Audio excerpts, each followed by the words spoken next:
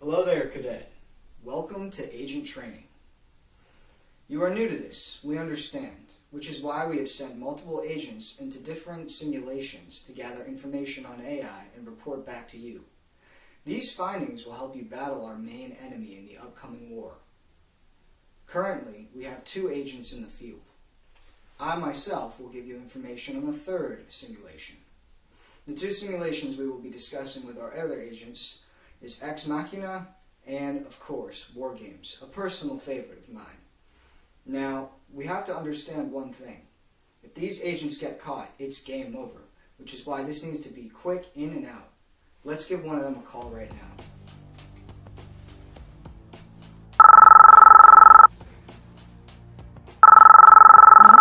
Agent 74 reporting in for data analysis of the AI in Simulation 99, Ex Machina. Greetings, Agent. Why don't you give us some information on your simulation? In Ex Machina, the main character of this simulation is Caleb, and he's a programmer. And he wins a contest which allows him to go to Nathan's mansion, who is the CEO of the firm that Caleb works at. There he partakes in a Turing test, but little did he know that the AI that he is interviewing and getting to know is more complex than he's ever imagined. Me personally, when I was watching and analyzing this, I realized that Ava is one of the most complex forms of AI that I've seen, and one trait that she exemplified was consciousness. Ava first exemplified this when Caleb and her were talking, and she let him know that if she were to be free, she would go to a traffic intersection because of the shifting but very concentrated view of human life. She later on exemplifies more consciousness when she, as you see in this clip, she comes out in a dress, in a wig, and when she goes to Caleb, she asks how she looks, and he says good, and she later on tells him that this is what she would wear on a date, and then she later on adds that this is what she would wear on a date with him specifically. This shows that she exemplifies consciousness first through the mere fact that she has a desire to go on a date, especially to the traffic intersection or the pedestrian views, because it shows how, like humans, she has a desire to see more and explore more, and she knows there's more to the world than what she's been told and seen. And the fact that she wants to go specifically with Caleb entices him, and knowing his past with having both his parents have passed because of a car accident, and just him not being connected with other humans, allows her to know how to manipulate and play his feelings to entice him in order for him to help her escape the cage and prison she's in. And later on we see this play, specifically when after Nathan has been killed and Ava finally has freedom, she leaves the premise without any hesitation and leaves Caleb locked in that cell. And that just further shows how and leaves us wondering if she was ever genuine at any point, or was she using self-awareness and deception to get to the place that she wants to be at. And this can also connect with the theme of how humans also, to reach their dreams and goals, to reach their dreams and goals, will do selfish things and deceive people and motives, because as natural human beings, our core is very selfish. And that further enhances the case of Ava exemplifying consciousness, because she's able to do those and just further show how she is very human in terms of that, because she's very aware of her power as a female, and just as an innocent child abused and mistreated by her creator, or other words, father. This also connects with Huxley's view, because Huxley believed that there's varying levels of consciousness rather than it being just black or white. So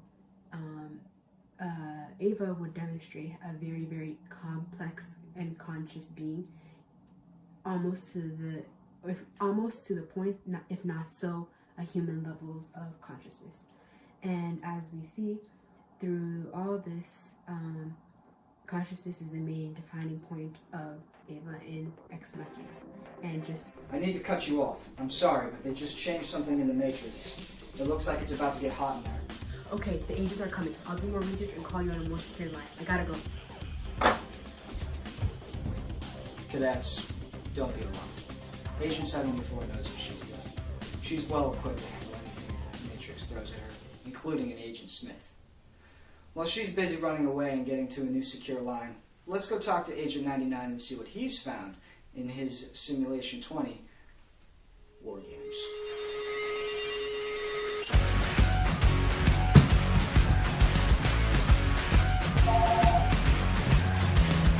Agent 99 reporting into data analysis of the AI simulation number 20. Agent 99, it's good to hear your voice, loud and clear. Why don't you give us a rundown of what you're doing over in your simulation? The topic of discussion today is the movie WarGames. And the movie WarGames is about how a high school kid, a teenager, hacks into a government system and simulates World War III with the Soviets.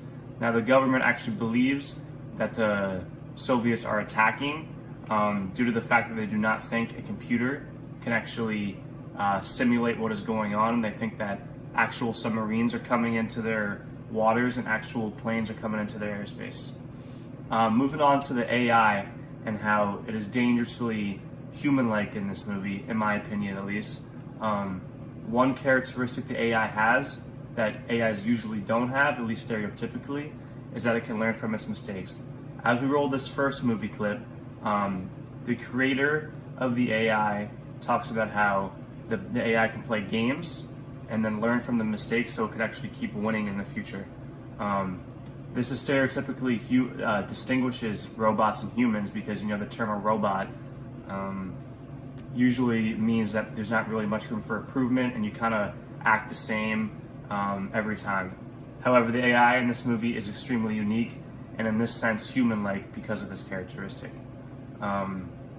Moving on, I can bring in the Turing test to this argument, where the Turing test, a robot can pass the Turing test if it deceives a human into being a human, basically. While this technically isn't like Turing test, it is kind of similar because the AI deceives high-ranking government officials into thinking that the Soviets are actually attacking the United States, and deceives a high-ranking general into almost launching nuclear bombs into Russia and essentially destroying the world.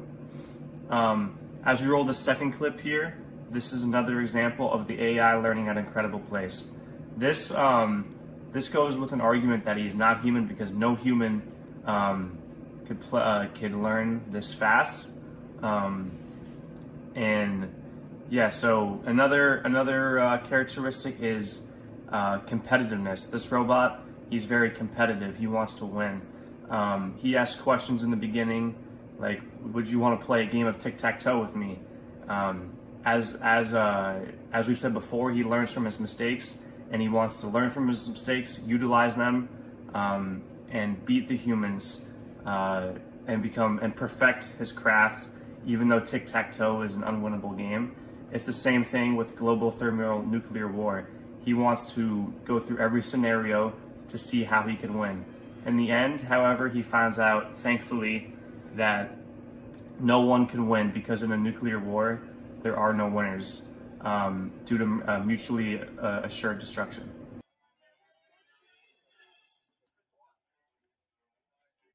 Agent 99. Agent 99? Hello? I think I lost you. Are you still there? Oh no, the agents are coming. I have to go. I'll call you on a more secure line.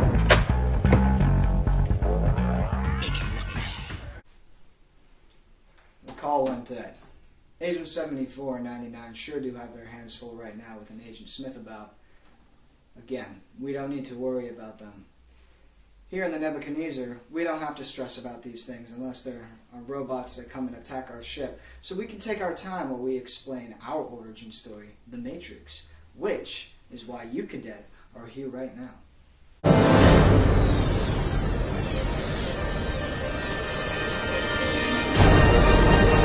So, The Matrix. What's it about? What's so great about this very simulation that you just woke up out of? Well, there's an excellent movie by the Wachowski sisters that details everything that you've probably been through the story of Neo. It's an excellent movie that shows the dangers of allowing AI development to go on unchecked. And by doing so, it sheds light on certain aspects of the human condition and how it has led to problems in the 21st century. In The Matrix, the movie takes place in our present day 2199, where machines have taken over mankind. As you know, they have trapped human consciousness inside a program that runs reality during the 21st century. While the humans are existing in this digital world, their bodies are currently being used as batteries to power these machines right outside the walls of this ship. The movie follows a group of soldiers from the present as they enter the Matrix to free Neo and aids him on his journey to discover his true potential as the Chosen One. You know, not to brag here, but Morpheus and I go way back. We grew up together back at the Ark. We're great friends. He's a great guy. However, let's not talk about my personal achievements here with being friends with the ever so awesome Morpheus. Let's go into that one facet of the human condition that the movie revolves around. And that is the ability of free will. Now, a lot of people want to argue and say that this movie is about, whoa, different realities. No, no, no. When you boil it down, it comes down to free will. People in the Matrix don't have free will because all of their actions are predetermined by an algorithm, very similar to a computer. Now, where this gets interesting is that Neo does have free will because he is conscious. Therefore, the writers used the term waking up, and why all humans existing today in 2199 are still asleep. The Wachowski sisters are arguing that in order to execute an action on the basis of free will, one must be fully conscious to their environment. However, I must say the writers made this idea sort of convoluted because they relied so heavily on the Oracle for Neo's character arc. It's hard to maintain duality of free will and destiny when they're pretty much opposites. But I think that's why they had the Oracle tell Neo that he wasn't the Chosen One, so that when it came time for him to step into the role, he did it with a conscious approach on the basis of free will. The writers argue that certain things are bound to happen, but I think what they're trying to say is that the path getting there can be up to the traveler if they approach life with an open mind and a conscious attitude. Furthermore, this ability to have consciousness is what defines us and makes us human. I think they're saying that the machines don't have this ability to be conscious.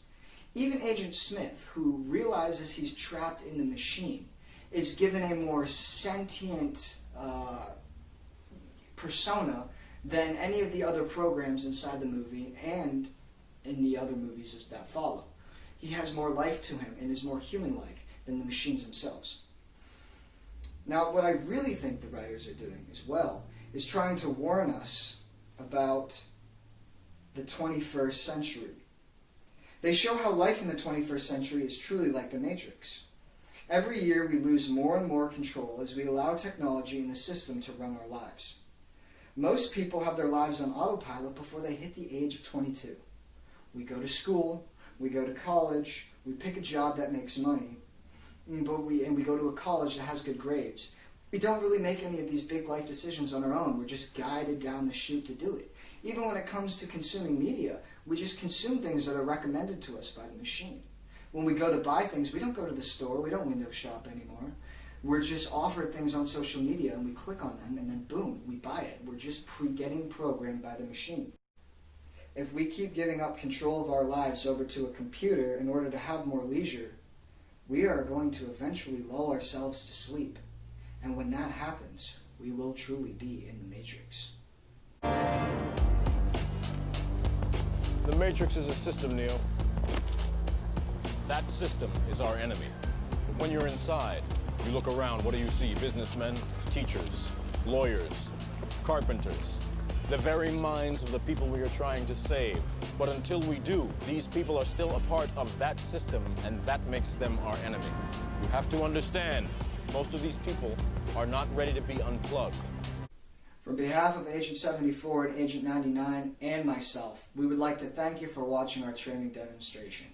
Cadets, be careful out there. If you ever see an Agent Smith, run. And just remember, it's okay to be conscious. It's okay to wake up. Think differently, believe in yourself, and you can do anything.